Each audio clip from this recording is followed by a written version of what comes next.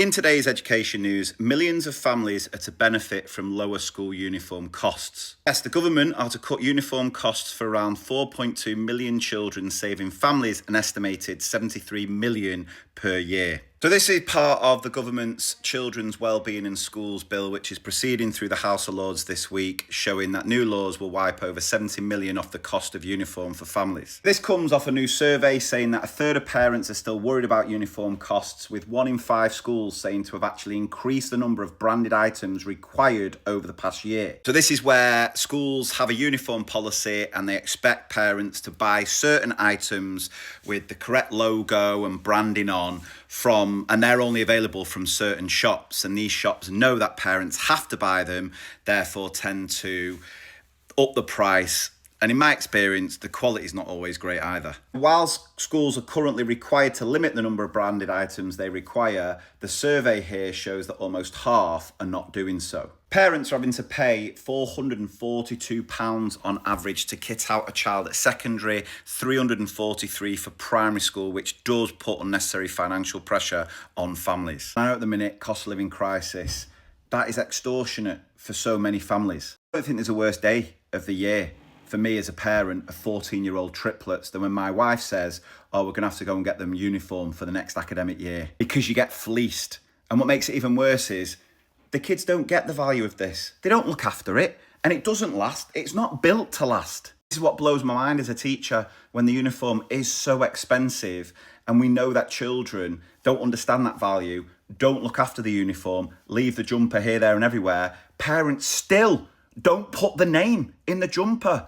Do it so it doesn't get lost, please. To break down those barriers, what the new proposed laws from the government are is that they are going to limit the number of branded, which are typically more expensive items, to 3, excluding ties. So I think that's a good thing. And as a teacher, I agree with this idea that uniform can create a sense of identity and pride for pupils. I think uniform is fine as a way of creating a sense of belonging within your pupils. In the current climate, it should not be as much of a financial burden for parents as it clearly is. What's interesting is I read a BBC article where the School Wearer Association said these plans could mean parents spend more money on replacing lower quality generic garments, which might not last as long as branded items.